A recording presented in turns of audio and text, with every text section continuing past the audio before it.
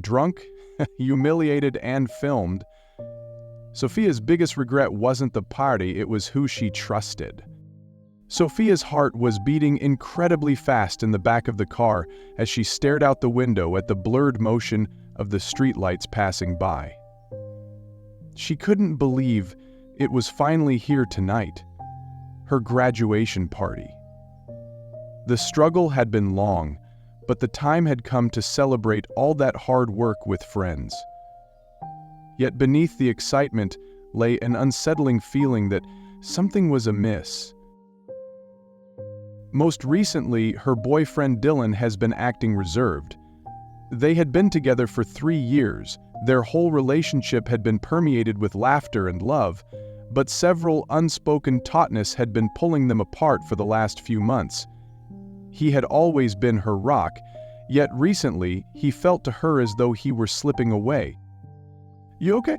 Carl, a friend of Dylan's in the front seat, swung around to him with concern etched on his features. "Yeah, just a little nervous," Sophia replied with a forced smile, not wanting to ruin the night for anyone, especially Dylan. When they finally arrived at the party, the atmosphere was electric. Friends greeted Sophia with cheers and opened arms, and for a moment, her cares melted into the background. She laughed and danced, trying to take it in, but beneath the facade of enjoyment, she couldn't shake off the feeling that something was off. Dylan seemed to avoid her, chatting animatedly with Martha, one of their mutual friends. At the same time, Sophia felt herself an outsider at her own celebration. "Hey, do you want to take a picture?" Sophia tried to draw Dylan back into their world. He nodded, his smile feeling forced. The night wore on and the drinks were flowing freely. Sophia had always been cautious with alcohol. She didn't have much of a tolerance for it, but in the euphoria of the night, and the prodding of her friends, she had drunk more than usual. "Come on, Sophia, let's loose a little," Martha cheered, pouring another shot into Sophia's glass. After a few rounds, the room started to spin, and Sophia's laughter turned into uncontrollable giggles. She could hardly remember how many shots she had taken when she made her way toward the bathroom. But before she could reach it, everything went dark. Coming to, she lay on the floor disoriented and confused. She blinked a few times trying to clear her head, but everything from the night was foggy. Panic was building up in her chest as she struggled to get up. "Hey, are you okay?" Dylan's voice cut through the haze. He knelt beside her, concern etched on his face. Yet something was off in his expression. A flicker of something not quite placeable. I don't remember what happened, Sophia stammered, wobbly. "You were just having fun. It's okay," he said, dismissing it, but his tone was laced with nervousness. Her heart was racing. Why couldn't she remember? What did I do? "You just got a little too drunk. Let's get you some water," Dylan replied, helping her to her feet.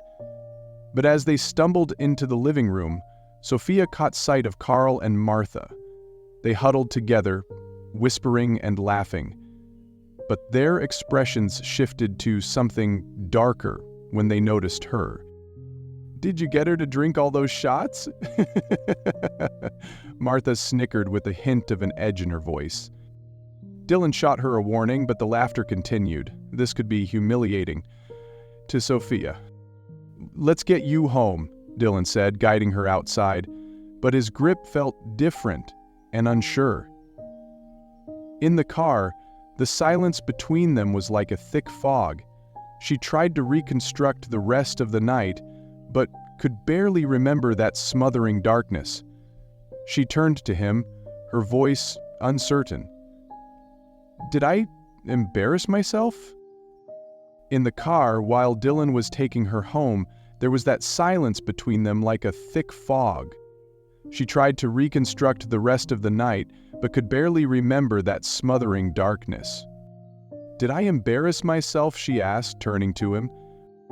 Not really, he said, though clearly avoiding her gaze sent a chill down her spine.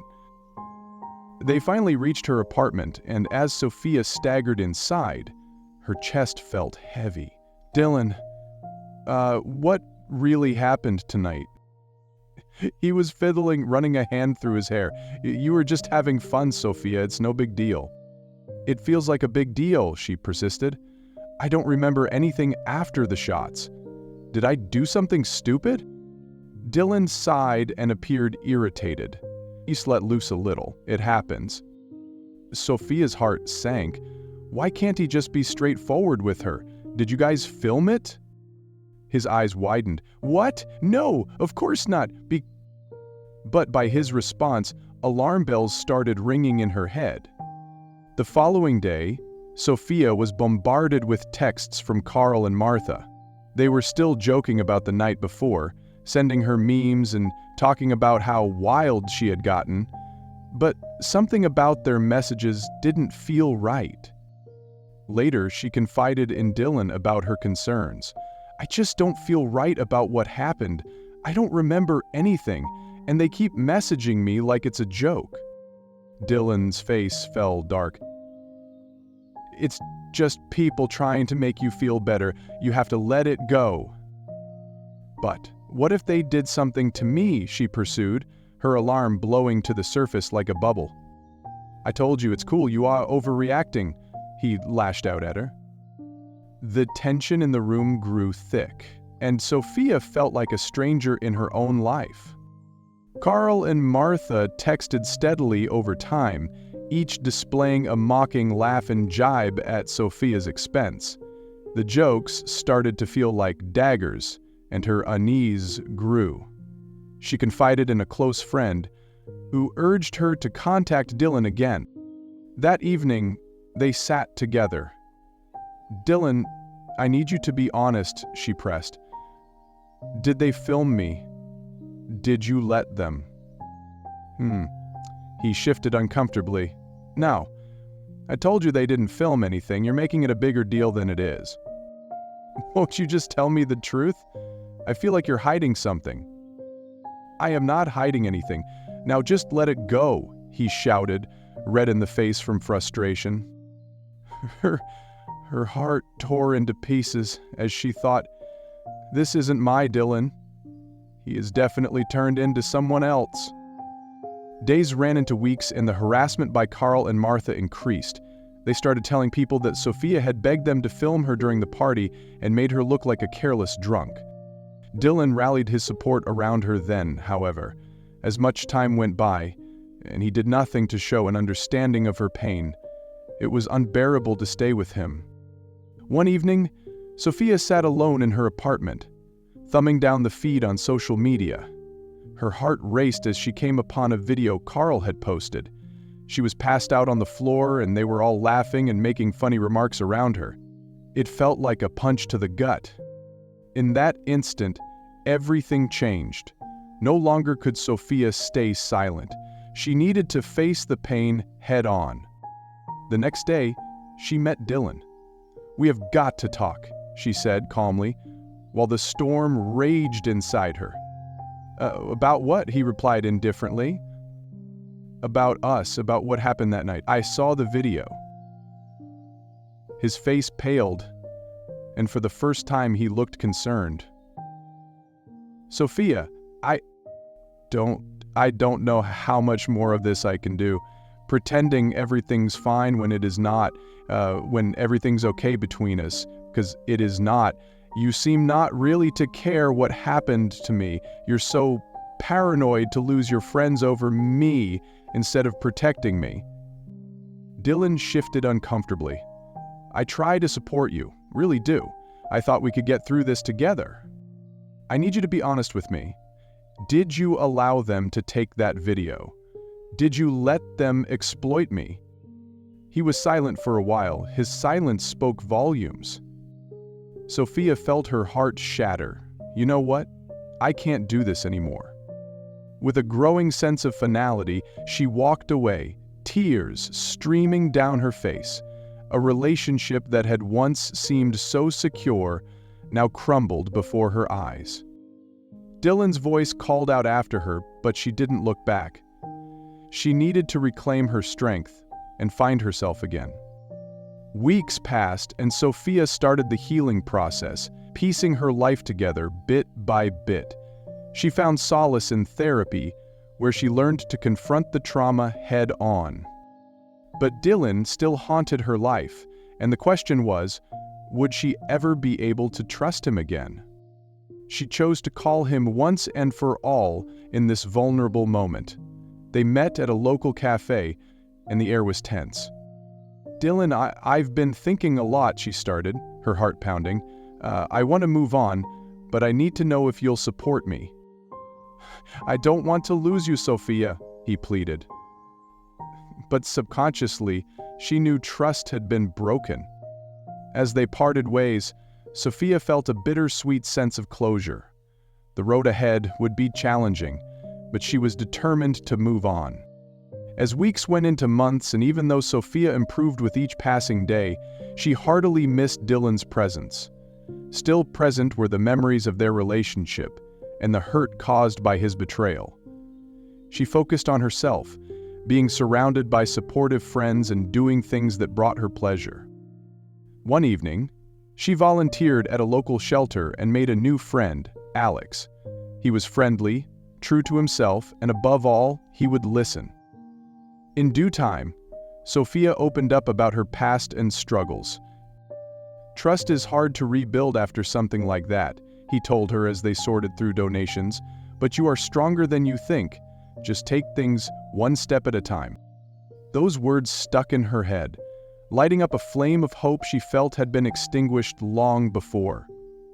Gradually, she allowed herself to dream of a future that didn't bear the tint of nightmares from her past. Progress notwithstanding, the ghost of her old life still haunted her. One evening, she got a message from Carl asking to meet. Anxiety for her own safety aside, she knew this was something she had to do and face.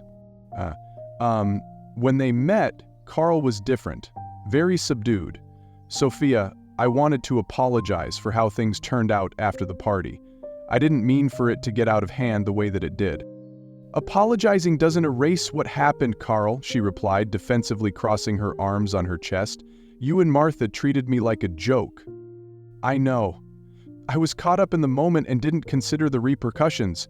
I'm really very sorry," he said with evident sincerity.